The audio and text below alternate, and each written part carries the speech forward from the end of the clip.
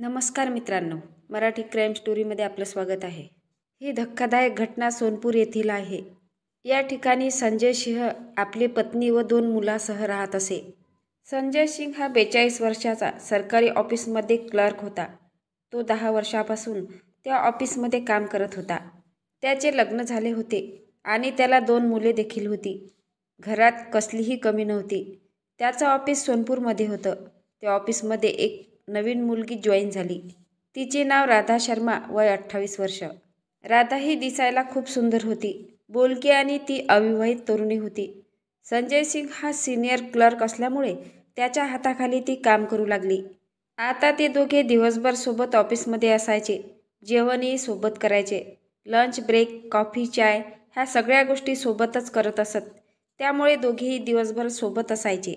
संजय सिंह हा राधाच्या सौंदर्यावरती मोहित झाला आणि त्याचं हळूहळू बोलणं वाढू लागलं। त्यामध्ये त्यांची घट्ट मैत्री झाली आणि मैत्रीचं रूपांतर प्रेमात कधी झालं हे दोघांनाही कळलं नाही। आता त्यांचं प्रेमाचं नातं लॉजपर्यंत पोहोचलं। मिळेल तेव्हा शारीरिक संबंध प्रस्थापित करू लागले। कधी ऑफिसमध्ये, तर कधी लॉजमध्ये, तर कधी घरी, असे त्यांचे संबंध होऊ लागले।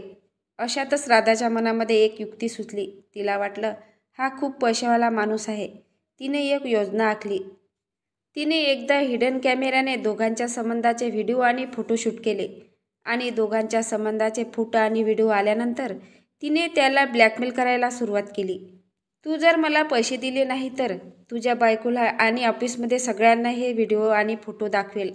त्यामुळे संजय सिंह घाबरून गेला, कारण त्याचा ऑफिसमध्ये मान सन्मान सगळं काही होतं।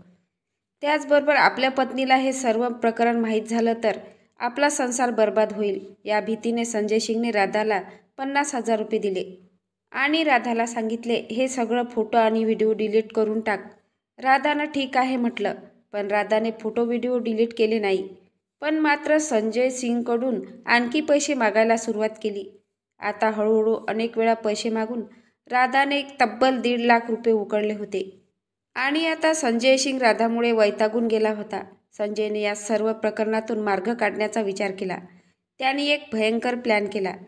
राधाला त्याने सांगितले की आपण लॉजमध्ये भेटू। त्यासाठी ती तयार झाली। ते दोघे लॉजवर गेले। तिथे त्यांच्यात 2 तास संबंध झाले। त्यानंतर त्यांच्यामध्ये पैशाच्या आणि ब्लॅकमेलिंगच्या बद्दल वाद सुरू झाला। त्यावर संजय सिंहने तिला समजावून सांगितलं, ब्लॅकमेलिंग आणि पैसे मागणं बंद कर, हे सगळं थांबव। मात्र राधा ही काही ऐकायला तयार नव्हती। दोघात खूप वाद वाढला आणि त्याने रागाच्या भरात तिचा गळा दाबून तिची हत्या केली। त्यानंतर तो त्या ठिकाणाहून फरार झाला, पण पोलिसांनी त्याला अटक केली आणि तो आता सध्या जेलमध्ये आहे। समाजात जे काही घडत आहे त्यामुळे प्रत्येकाने जागृत राहणं हे काळाची गरज आहे।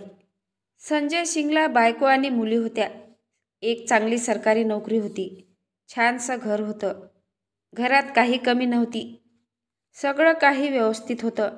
मात्र सरकारी नोकरीवर असून देखील याने अनैतिक संबंध एका तरुणीशी ठेवले व शेवटी तिची हत्या केली आणि त्याला तुरुंगात जावे लागले। आयुष्य बर्बाद झालं। नोकरी गेली, प्रेयसी गेली, संसार उद्ध्वस्त झाला।